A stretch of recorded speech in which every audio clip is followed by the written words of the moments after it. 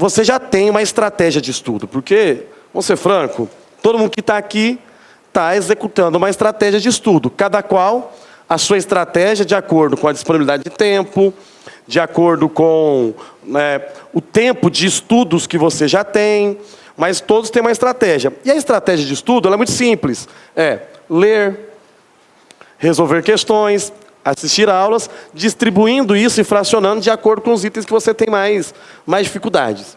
Mas eu queria chamar a atenção de vocês para uma outra estratégia que tem muita gente deixado de lado. Eduardo, não é estratégia de estudo, é estratégia de prova.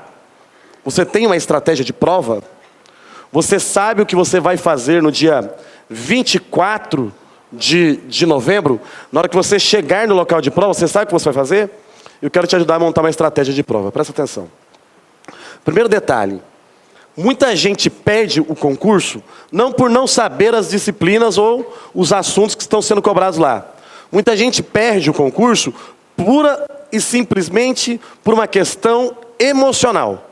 Eu já perdi prova por não ter sabido, na hora da prova, lidar com a emoção. E, gente, no dia da prova, a emoção está à flor da pele. E qualquer acontecimento fora daquele que você está disposto já a enfrentar, pode mudar o seu aspecto emocional, fazendo com que você tenha um mau resultado na prova. Vou dar um exemplo para você.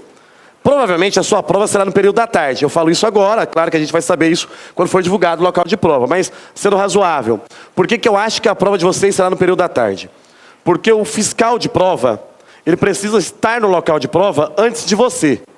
E você precisa estar no local de prova 1 hora antes da prova iniciar. Não é isso? E o fiscal de prova precisa estar pelo menos 1 hora antes de você, porque ele precisa conhecer o mapeamento da sala. A sala tem um mapeamento, é a carteira em que cada candidato vai sentar. Ele tem que conhecer o material de checagem. Então ele tem que estar ali bem antecipadamente para que ele possa organizar o espaço de prova. E que você chegue ao local de prova só para ter seu nome conferido numa lista, sentando na carteira respectiva onde você vai fazer a prova, e o fiscal, no tempo determinado, faça a entrega das provas para execução das tarefas. Não é isso, em síntese? Não é? Eu acho que a prova de vocês será no período da tarde, com início às 14 horas. Provavelmente será das 14 às 18. Motivos que eu acho que será às 14, vou explicar. Porque se for às 14, você tem que chegar lá às 13. Não é isso? Não é dentro do edital, 1 hora antes, 13. Para você chegar às 13, o fiscal tem que estar ao meio-dia. Então esse cara teve que almoçar entre 11 e meio-dia, pelo menos. Né? Porque a pessoa tem que comer, porque não dá para ficar esse tempo todo trabalhando aí na prova sem comer. Como você também tem que almoçar, não dá para ficar esse tempo todo aí sem ter se alimentado bem anteriormente. Certo? Por que você tem que ter uma estratégia? Vou explicar. Porque se sou eu, o seu concorrente, você já chega no local de prova numa condição de desvantagem. Vou explicar. Porque eu tenho uma estratégia de prova. Eu chego na prova sabendo o que eu vou fazer. E quando eu chego na prova sabendo o que eu vou fazer, eu tenho confiança que pode dar mais certo que para a maioria das pessoas. Porque a maioria das pessoas não tem planejamento prévio de como vai executar a prova. E quando se tem um planejamento prévio de execução de prova, você lida com a emoção, você lida com o fator tempo e você tem mais chance de sucesso.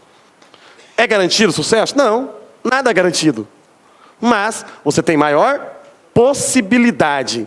E no campo da probabilidade, é sempre melhor você trabalhar naquele campo onde que a probabilidade para você for maior. Estou certo? Ótimo. Avaliem. Professor, qual é a estratégia de prova ou como eu devo fazer o meu planejamento de prova? Primeira coisa, gente, lidar com o emocional.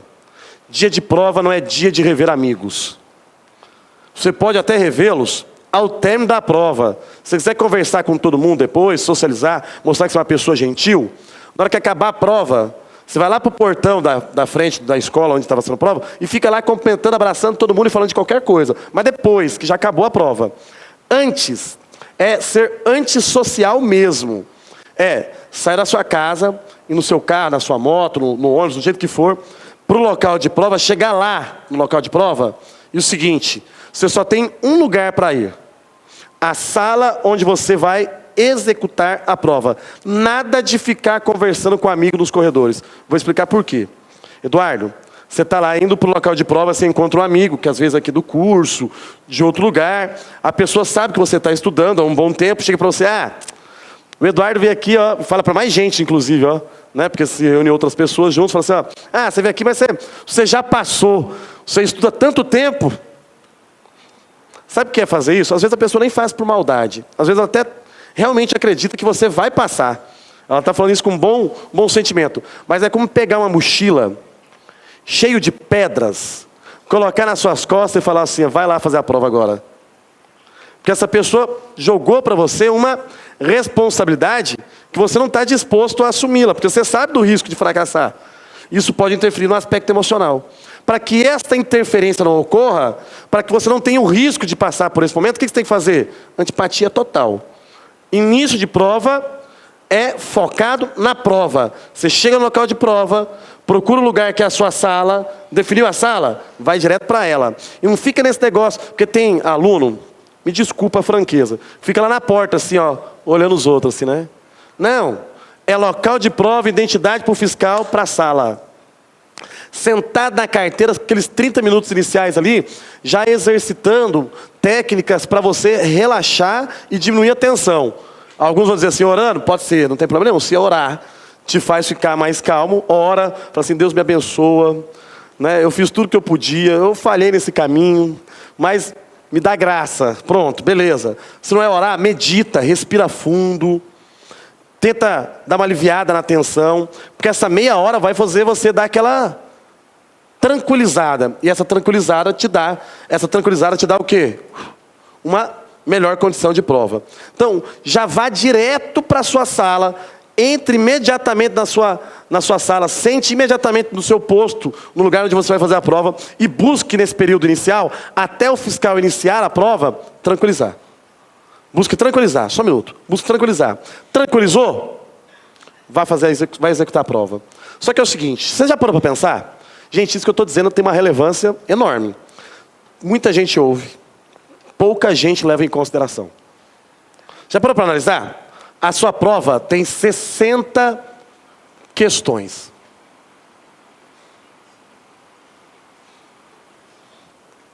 Cada questão tem 5 alternativas. Se eu contabilizar cada questão enunciado e 5 alternativas, você tem 6 itens para ler. 6 itens para ler. Eu estou considerando o enunciado, certo? Você tem o quê, gente? 6 itens em cada questão, que é o enunciado, mais as alternativas A, B, C, D e E. Se você pega esses 6 itens e multiplica pelas 60 questões, você vai chegar a um universo de 360 itens para serem lidos. Alguns que exigem julgamento, que são as alternativas, outros apenas a compreensão, mas exigem leitura de todo modo. Lembrando que alguns desses itens, Nohan, são enunciados de questão de língua portuguesa, ou muitas vezes textos de orientação para resolução de questões, que são itens extensos, 30 linhas, 20 e poucas linhas, não é? Que são o quê? Os enunciados ou os textos de língua portuguesa. São bem extensos. Além disso, você tem uma coletânea de redação e um tema de redação para leitura. E um tema de redação. Não é? Tem a coletânea e o próprio tema. E você tem, para fazer tudo isso, você tem 4 horas. 4 horas para poder analisar tudo isso que eu acabei de citar. 4 horas. Parem e pensem. Eu não sou o Paulinho, graças a Deus. Brincadeira, eu gosto do Paulinho, viu, gente? Mas o professor Paulinho tem certeza absoluta. O Paulinho fala para vocês assim, ó. Guarde para a redação, que é para a leitura da coletânea, do tema, esboço e passar sua redação a limpo, ele deve falar assim, guarde algo em torno de 1 hora e 30 minutos. É isso que ele deve falar para vocês, não é? É ou não é? O proporcional que ele deve falar? É claro que uns vão gastar mais, outros gastam até menos, mas 1 hora e 30 minutos para ler a coletânea, definir o tema, fazer o esboço da redação e transcrever a redação a limpo para o quê? Para a folha definitiva de redação. Não é isso? Significa que para a sua prova, para análise dos 360 itens, você vai ter o quê? 2 horas e 30 minutos. Certo? 2 horas e 30 minutos para totalizar as 4 horas de prova. Talvez você não tenha parado para pensar, mas uma prova da PCDF, uma prova da PRF, uma prova da PF, são 120 itens da banca CESP. São 120 questões. Só que são 120 questões para você marcar certo ou errado. Então você só analisa 120 itens. A prova de vocês é 3 vezes maior do que uma prova CESP, de PF, de PRF e de PCDF. Porque você não vai avaliar 120 itens, você vai avaliar 360 contando com os enunciados. Compreenderam? Sim, gente. Compreenderam? Ou seja, se você não tiver um planejamento de bom uso do tempo, você vai fracassar na prova. Tem um outro fator. Eu dou aula para vocês, não sei se você já percebeu, a todo tempo eu estou olhando no relógio, nas minhas aulas. Por quê? Porque eu tomo o relógio como referência para planejamento dos tópicos que eu vou desenvolver ao longo da aula. Eu falo, olha, até tal horário, próximo do intervalo, eu tenho que ter concluído estes assuntos, para que eu possa cumprir com o planejamento das aulas e concluir o conteúdo. O relógio é para nós a referência de tempo para podermos nos organizar e desenvolvermos tarefas, tá certo? Qual é o problema no dia da prova? Você está sem relógio, não pode tê-lo. Você está sem relógio. Então você tem que aprender a manejar o tempo sem ter um relógio à sua disposição. Quer ver só? Não sei se você parou para pensar. Mas essas 2 horas e 30 minutos que você tem para fazer a prova objetiva, 30 minutos são gastos com o gabarito. 30 minutos são gastos com o gabarito. Sabe por quê? Porque é o seguinte, como são 60 bolinhas para você pintar, você tem 30 segundos para pintar cada bolinha daquela. Só que não é só pintar. É você olhar no caderno de prova, ver a questão, a alternativa que você marcou, ir para o cartão de resposta, olhar corretamente, para não confundir, não marcar no número 2 a questão 1.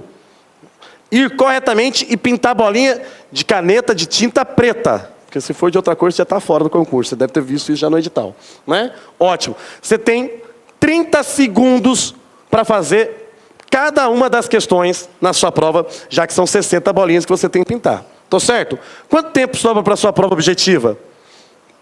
Quanto tempo sobra, gente, para a sua prova objetiva? 2 horas. Se você parar para pensar, 2 horas equivalem a 120 minutos. Tô certo? Se você pegar esses 120 minutos e dividir por cada questão, você tem, para cada questão, 2 minutos. Tô certo? É ou não é, gente? Não é para cada questão 2 minutos? Só que tem um detalhe. Cada questão são 6 itens para leitura. Porque são 6 itens, enunciado e as 5 alternativas. Se você pega 2 minutos, que são 120 segundos, e divide pelos 6 itens, você tem 20 segundos para cada item ao longo da prova. Você tem quanto, gente? 20 segundos para cada item da prova, em média. Para leitura. Alguns itens é apenas leitura, outros itens, além da leitura, você tem o quê? Você tem que interpretar, julgar, certo ou errado. Tô certo? Você tem que julgar, certo ou errado. Quando a gente faz isso, a gente consegue planejar tempo. Por que você tem que ter uma estratégia? O seu fiscal de prova, por favor, gente, isso é importante. O seu fiscal de prova vai chegar, horário, vai colocar lá, início. A prova não vai começar às 14 horas em ponto. Vai começar lá por volta de 14 horas e 10 minutos. Certo? Vai colocar lá no quadro, início, 14 e 10. Você sabe então que a execução da sua prova vai até às 18 horas e 10 minutos. Certo? E o seu examinador, o seu fiscal, melhor dizendo, vai colocando aqui frações de tempo de acordo com o que for orientado. Pode ser de 15 em 15 minutos, de 20 em 20, de meia em meia hora, de uma em uma hora. Geralmente é de meia em meia hora, tá bem? Ou assim, os 2 primeiros são de hora em hora e depois de meia em meia hora. Só que é o seguinte, pare e pense comigo. Quando o seu fiscal colocar no quadro que são 15 horas e 10 minutos, significa que já teve 1 hora de execução da prova. Para você ver se você está tendo bom rendimento, você tem que estar aproximadamente na questão de número 30. Ou pelo menos, dentro da sua estratégia, ter executado 30 questões. Quando seu fiscal colocar no quadro que são 16 horas e 10 minutos, significa que já houve o quê? A segunda hora. Significa que nesse momento já tem que ter respondido todas as questões da prova objetiva. Aí ele vai pondo de meia em meia hora. A partir daqui, pelo menos, em meia em meia hora. Quando ele colocar que são 16 horas e 40 minutos, significa que já foi o quê? Já foi mais 30 minutos. Nesse momento, você já tem que ter concluído toda a sua prova objetiva, com o gabarito definitivo da prova objetiva devidamente preenchido. Quando esse cara colocar mais meia hora, você vai fazendo análise a partir do tempo, aonde você vai estar. O que significa quando estiver faltando 30 minutos para o término da prova, o máximo que pode faltar para você é transcrever sua redação a limpo. E deixa eu explicar, presta atenção em mim. Eu não sei se você já me ouviu dizer isso. Eu já tive vezes que fiz prova e saí dela e falei assim, deu certo, passei. E tem outras que a gente faz da prova e fala assim, fodeu, deu errado. Você sai da prova sabendo se deu certo ou errado. Melhor do que isso, durante a prova você já sabe se vai dar certo ou se vai dar errado. É durante. Você está fazendo ela, você já tem essa sensação se vai dar certo ou vai dar errado. Vem cá. Se você não tem um bom planejamento, você se depara com algo no caminho que não seja previsível, porque você não planejou, você vai emocionalmente ficar abalado, vai perder uma análise de tempo da prova e você vai fracassar. E vai o quê? Fracassar. Agora vem cá. Se você for para a prova sem uma estratégia de como que você vai executá-la, alguém vai para a prova com a estratégia definida e essa pessoa começa a batalha nesse dia em vantagem, começa a batalha melhor do que você. Sabe que ela já saiu na sua frente. Porque quem planeja a execução da prova, com certeza absoluta, também já tenha planejado a fase anterior, que era a fase de estudos. Essa pessoa está no caminho certo. Posso dar a minha sugestão de execução de prova? Para vocês? Posso?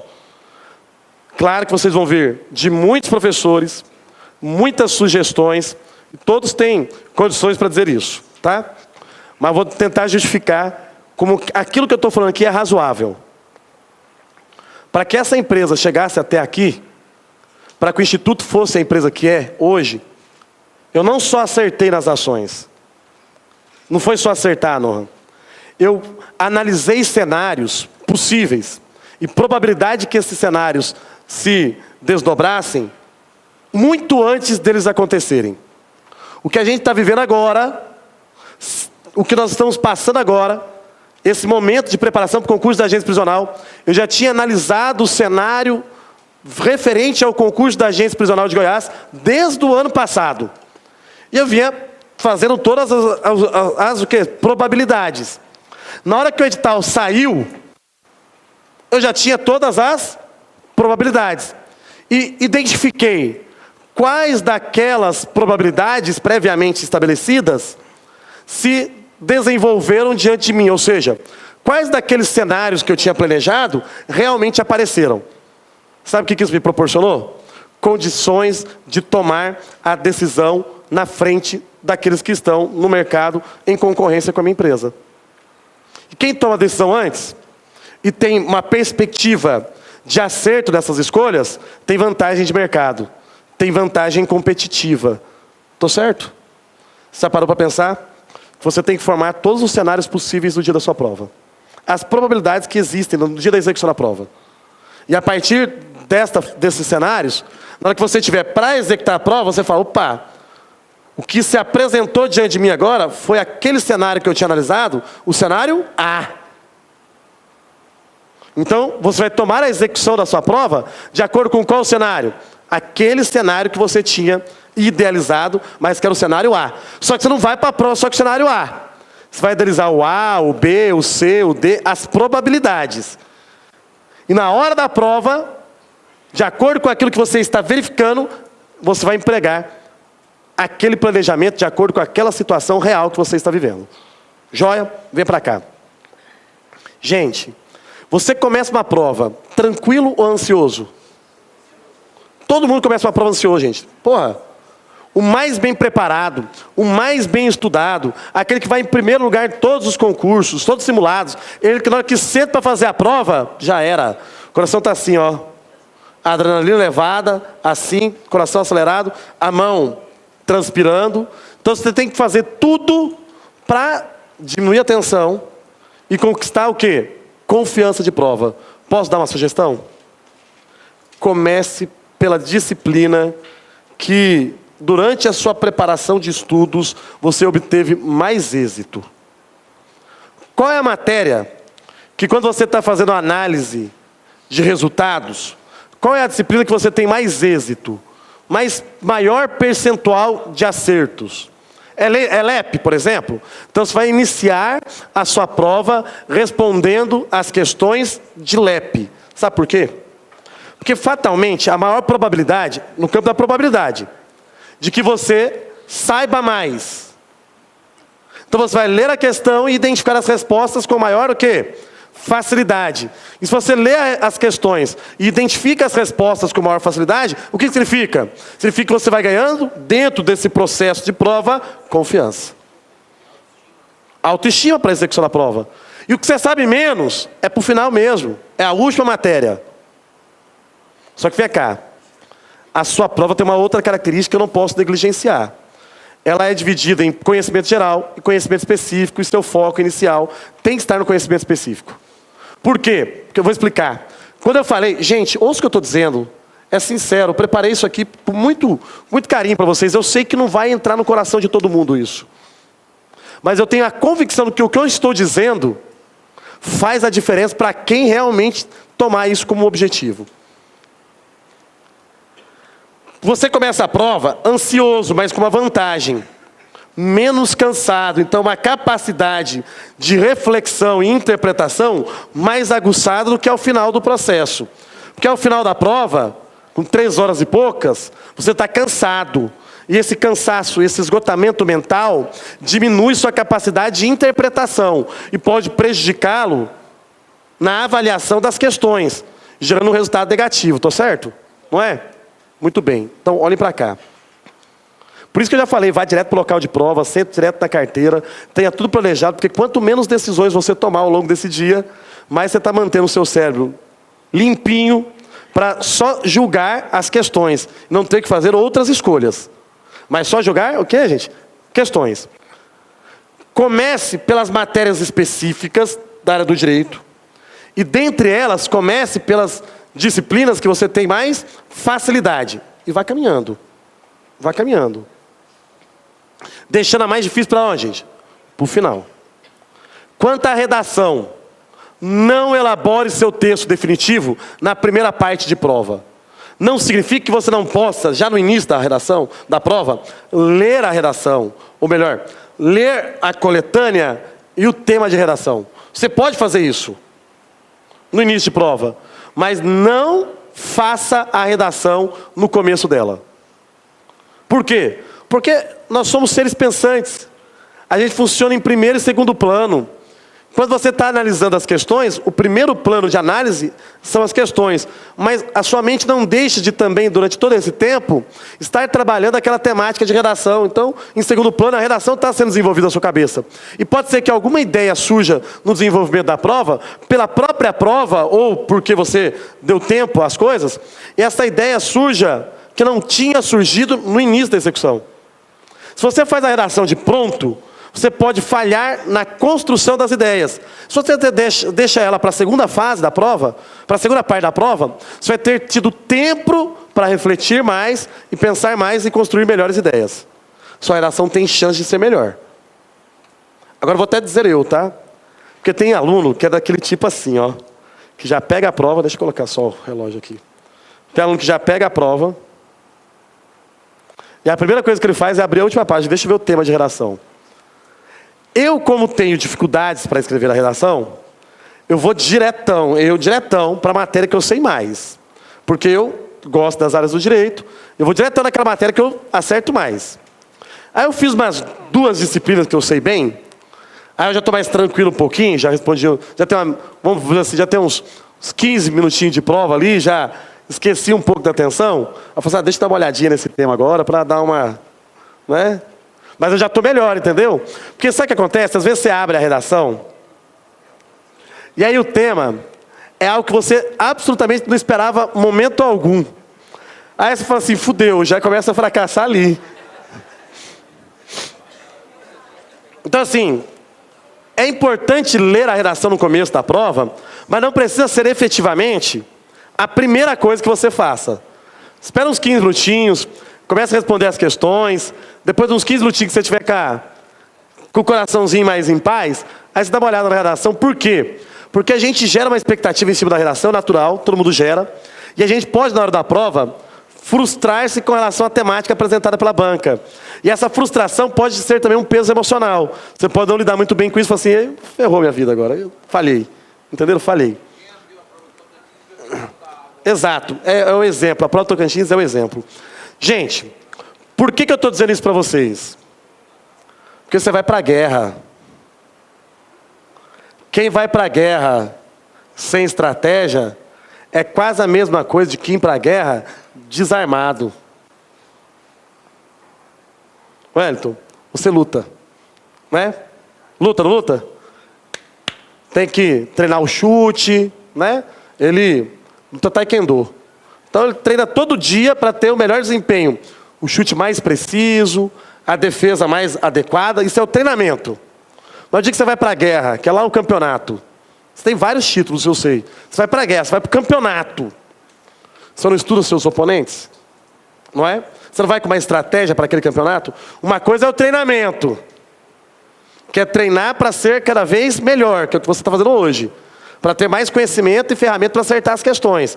Mas uma coisa é o treinamento, todos os dias lá, chutando, e intensamente chutando para melhorar a pontaria, vamos dizer assim. Né? Melhorar a força do chute. Melhorar o lugar onde você quer acertar o chute. Agora, outra coisa é ir para a guerra. Quando você vai para a guerra, você tem que ter a estratégia pronta. Você tem que conhecer os pontos fortes e fracos do seu oponente. Só que o seu oponente é a banca examinadora. E você. Você parou para pensar que você tem um adversário que é a banca e você mesmo. Você é o seu maior adversário nessa prova. Se você não souber lidar com a emoção, esse adversário, você, pode fazer você perder. Por favor, montem a estratégia. Vocês têm 60 dias. Agora eu vou explicar. Montou a estratégia? Você vai colocar sua estratégia em prática quando? Na prova? Você vai pro dia da prova, plano montado, está aqui. Você não pode levar ele copiado, né? Mas você fez a estratégiazinha lá no caderno, leu, memória fotográfica, agora eu vou para a prova. Eu tenho a estratégia, caralho. Vou arrebentar nessa porra. E aí, sua estratégia funciona? Ela dá certo? Você consegue mensurar adequadamente o tempo? A sua linha de pensamento realmente foi razoável? Você tem que treinar a porra dessa estratégia. Não, você treina. no simulado. Então, deixa eu falar para você. Você quer realmente ir para essa prova com alguma chance de passar? Tenha uma estratégia e execute sua estratégia no simulado. Porque senão, Noah, você está jogando na sorte. E se eu estou fazendo essa prova com você, você está indo na sorte, você já perdeu para mim. Porque eu vou com estratégia. Eu vou com algo planejado para alcançar resultado. Se eu vou alcançar ou não, eu não sei. Mas que eu vou com as melhores ferramentas para essa prova, isso sim, eu vou. E vamos ser sinceros, gente. A seleção já começa aí. Concordam? Então montem o planejamento de prova de vocês e venham testá-lo no nosso simulado no dia 13.